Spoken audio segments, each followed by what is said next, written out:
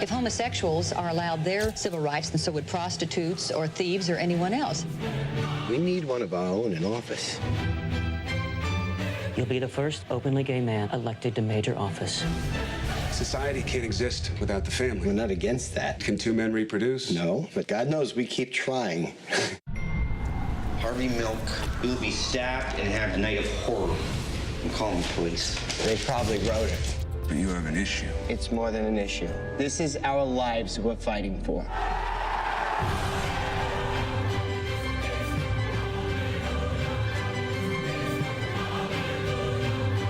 Without hope, life is not worth living. You gotta give them hope. You gotta give them hope. Hey everybody, just got done watching 2008's Milk, starring Sean Penn, Josh Brolin, James Franco, Emile Hirsch, etc, etc.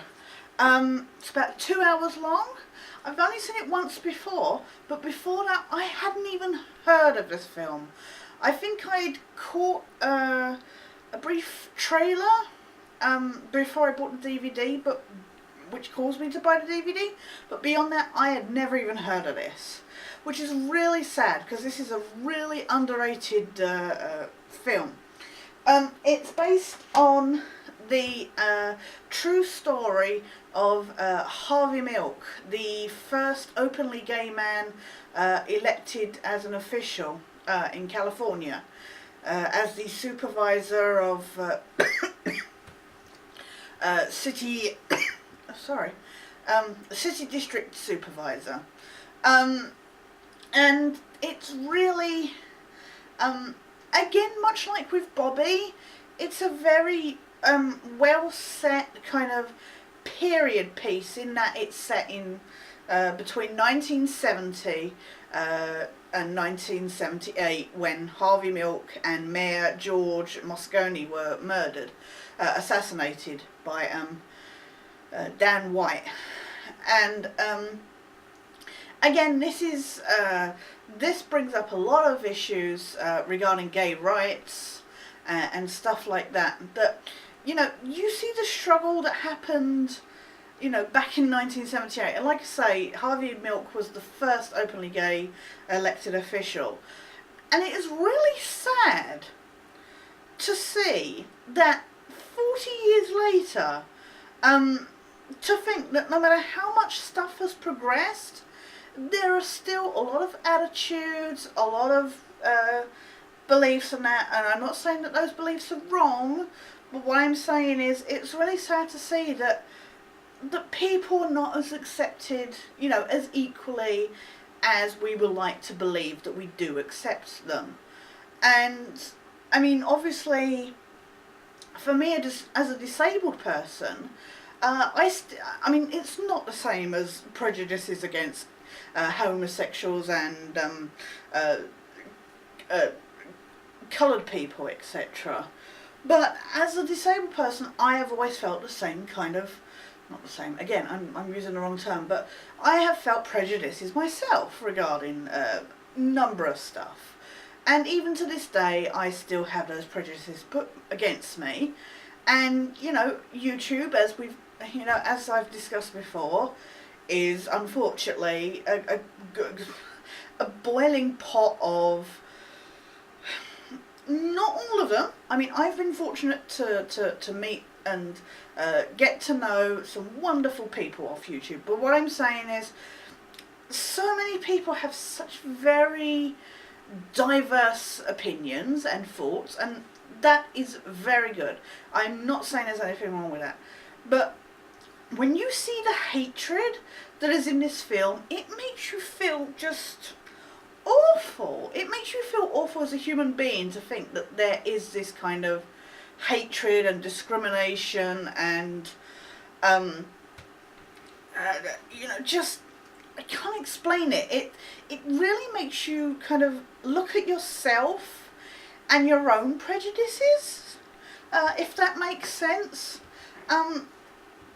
I mean, this is edited together, like, it's brilliantly shot, by using not only modern camera work, but also, you know, Super 8s and old style cameras to make it look like some of the archive footage it's then mixed in together. And I guess something like Forrest Gump would be another example of that kind of thing, I guess. But this really evokes the kind of setting of the times, etc. There's not really anything I can nitpick about this film. I mean, like I say, it's 2 hours long. It's not, there's nothing, I mean, I don't know the true story. I don't know how well this film captures the essence of the life of the people involved in this movie. I don't know that, so I can't pass comment on that. I mean, it's different when it's a fictional thing, but I felt the characters were set up well, and like I say, I feel really sad that this hasn't been, isn't more well known. I mean, Sean Penn, I am not the biggest fan of.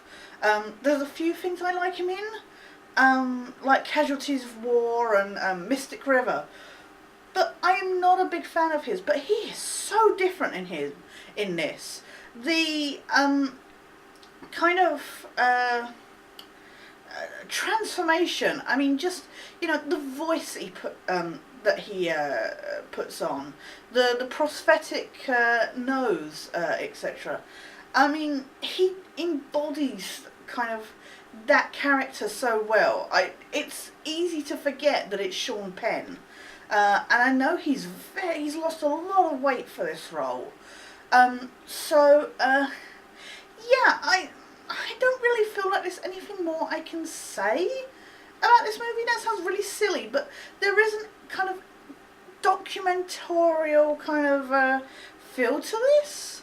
So if you don't like political movies, if you do not like anything that feels like it's trying to put a message down your throat, then this is not for you, because it is a bit preachy in a way, but at the same time it gives you that hope for change and for better understanding of each and every man across the land, if you will.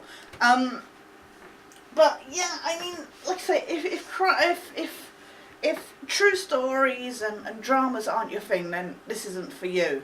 But if you've seen Bobby and you enjoyed that, this will be up your alley.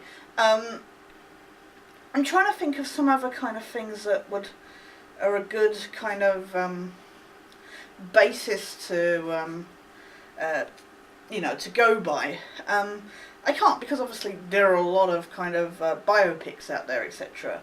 But Gus Van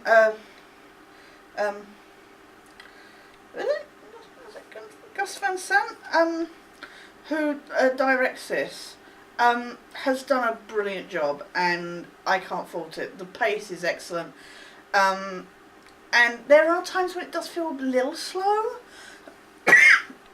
It feels a little kind of excessive. At the same time, it feels, everything in here feels necessary to build that story and character and see the motives of everybody, etc. I'm still not clear on what the fuck was going on with Dan White and why he assassinated Milk and the mayor, other than, you know, they were you know, kind of stopping him from going back to his job. I wish I'd known what the deal was with, you see him go into, he resigns and then he goes into this like police commissioner's office, and then he changes his mind and decides actually he doesn't want to resign. And I wish we'd known, and I guess it's not documented or anything like that, but I kind of wish we'd known what had gone on in that office, because it just feels like a sudden jump. And I guess at the end of the day, the story is supposed to focus on Milk, but it would have been nice in a way to not feel that sudden jolt between like him resigning and then all of a sudden wanting his job back and being told no and being driven to to essentially give the Twinkie defence. But yeah, no, if you like if you like dramas, if you like true stories, biopics, give this a chance. If you don't mind political movies, I mean, I'm fortunate in that I've grown up watching stuff like The West Wing and that, so this kind of thing is even more up my alley. And as I said when I did the Bobby review, you know, I've grown up reading into the JFK files, etc. So, yeah, no, if political stuff's not your thing, then maybe give this a miss. But at the same time, it doesn't get bogged down in that. So, I personally would give this a good 8 out of 10. But yeah, no, please do check out, because it just isn't checked out enough. Milk from 2008. We'll be back tomorrow, as always. But for now, this is Sketch, signing out.